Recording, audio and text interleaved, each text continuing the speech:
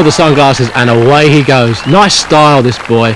No stiffness there at all. He just seems to go from one transition to another without any problems at all. That's the outside of the area where they put the bikes. Coming down now, puts the old sunshade on, and out he goes. No problems at all for this man. Looking so smooth, David. Unusual to see some guys running in swimming trunks for you, but I suppose if you look at some of the outfits athletes wear now, terribly aerodynamic, so maybe not such a bad idea using those trunks. Well, I think it's for everything, isn't it? He's worn those all the way through, and here come the chasing two, locked inextricably together. Look at them, almost in synchro, these two boys. Hobson and Van Zels off with the helmet, on with the shoes, the same as the others, no problems at all. Doesn't want to talk either. Doesn't want to talk, doesn't want to look across, just wants to get on with the job. There he goes.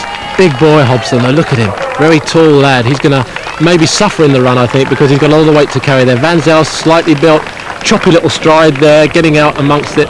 He might be a problem, I think, because I think he looks, out of the two, the fresher coming off that bike. He has tagged along, though, all the way, hasn't he? He's kept that 2 meters distance behind Hobson. As you said, Hobson, a little bit heavy. I mean, does that really hold him back? He's got a lot more weight to carry, of course. Well, he's looking fairly sort of comfortable. That's right, but I always think that the run is going to be tough, isn't it? It's the end of the three disciplines, and if you're tired and you're a big guy, this is where you're going to suffer, really. And I think also he knows he's out front. It's almost acting as a pacemaker now. Drafting and that is allowed in running if you want to. He's going to know that Van Zels back there in third is going to be watching him, queuing in on him and taking it from there. So 10 kilometres for the run, of course. And here's fourth place. This is Glenn Cook, that distinctive yellow bike, straight into the stand. They must put it in the stand, as I mentioned before. That is obligatory. Off and on with the shoes quickly. Let's just see if, yes, there's the toggle. No tying up, straight on with the shoes. No socks, I see. No socks, that's really. going to take a lot of time, of course. Exactly, everything cut down to the barest minimum, and out on the run there, on with the shades as they seem to all do, and on with those road racing flat shoes. They're lightweight flat shoes, no training shoes, everything, as I say, cut down to the barest minimum. Even his shirt, look at that. Well, Glenn Cook being well supported by this large crowd here. Beautiful day as he goes the first meters of his 10-kilometer run. Looking very comfortable, nice style. At least that's the way I see it. Steve might differ with that viewpoint. But anyway, let's look at the leaderboard after the cycle. So there's no change there as they head out on the run. Garrett McCarthy in the lead, the 25-year-old Californian, great competitor. Actually led the World Championships after the cycling, but slipped back on the run. Checking his pace there, 5 minutes 30. Steve, that's a good time? Yeah, that's a good pace, really, when you consider what he's done so far with the other two disciplines, and it's uphill on this first stretch, so he's working hard there. But look at the gap he's got. He must feel comfortable at the moment. No real stress, I don't think, in his running at the moment. Nice and relaxed. Passing some of the cyclists who are obviously still going in there to the transition area, so he must be in a position to see the other competitors coming in on their bikes almost as he's going out, David. I wonder if that inspires him, knowing that he's actually got the cycling finish and he's on the run. And here's the girls. Now this really is an important point here, because we just catch up with them as they're almost closing and bunching together. At the head of the field there is Alison Hamilton. There she is there. She's tiring a little bit, looks a bit tired, pumping hard, but she's still got that gap, what is it there, of about 50 or 60 metres on the rest of the field. Long handlebars there, showing you how she can dip down on that. She's keeping low there, trying to conserve energy as much as possible. Good style. A little bit wobbly, looks a little bit as if she's a bit apprehensive there. You can sense that from her. Pedaling very fast, keeping that rhythm going. That's all important in cycling. Keeping the revolutions up to about 100. That's what they try and do all the time. Keeping the gearing down, relaxing now downhill. Nice and comfortable, conserving a bit of energy there. She knows that when she needs the energy, it's got to be there if they're going to make the attack a bit later. Sylvia Cranston in third place and Sarah Coop in second. Let's just see what she's got to say about the race. It's never easy. I mean, it's as hard as, you know, you're pushing out there, and so it's going to be very hard. And there's a lot of good runners here today, girls, so it's going to mean working hard till the end, so it'll be really hard. There's Sarah up there. Let's just look at that gap. My word, it's closed right down now, 10 metres. Alison must almost see her over her shoulder if she looks back. She does take a quick glance there almost over her shoulder. So she really is under pressure at this moment now. There's the finish line, David. They must be worried now. And some of the runners going out there. Yeah, that's one of the Irish competitors, Eamon McConvey. I think he's in second place in the Irish team. So the Irish team doing very well. Of course, getting a good reception from this crowd, being clapped at the start of his 10k run. And one of the competitors out. Oh, I think he's lost something. Bit of trouble, I think. Who's nicked his shoes? We've all had those moments, haven't we, where we can't find something. Where is it? Where is it? Oh, he's in the wrong place. That's what it is. He's actually put his bike, I think, in the wrong stand. So he's going to have to move that, because if he doesn't get in the right position, there's an official going over to warn him. And let's see what happens here, because if he doesn't move that bike, he could be penalised. Yes, he's been told that.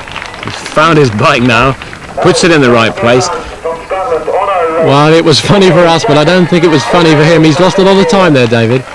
Look at that. There's been a change of leadership.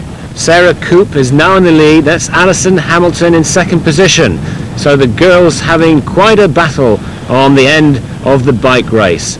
Alison, of course, a doctor, 62 hours she was telling me she did last week, so maybe feeling that coming through in a bike ride right now. But that's the leader, just right in the middle of the picture there. Sarah Coop, 25 years old, the favourite from Eastbourne. She's quite a prolific racer, actually. She one stage last year, she did 17 of these events on consecutive weekends. So it just goes to show what a performer this girl is when she actually gets her act together, David. She's actually full-time professional, so I imagine she's got fairly good sponsorship. But 17 weekends competing at events like this, she must be supremely fit. That's right, and we're just coming down now into the final stretch. Here's the prom again.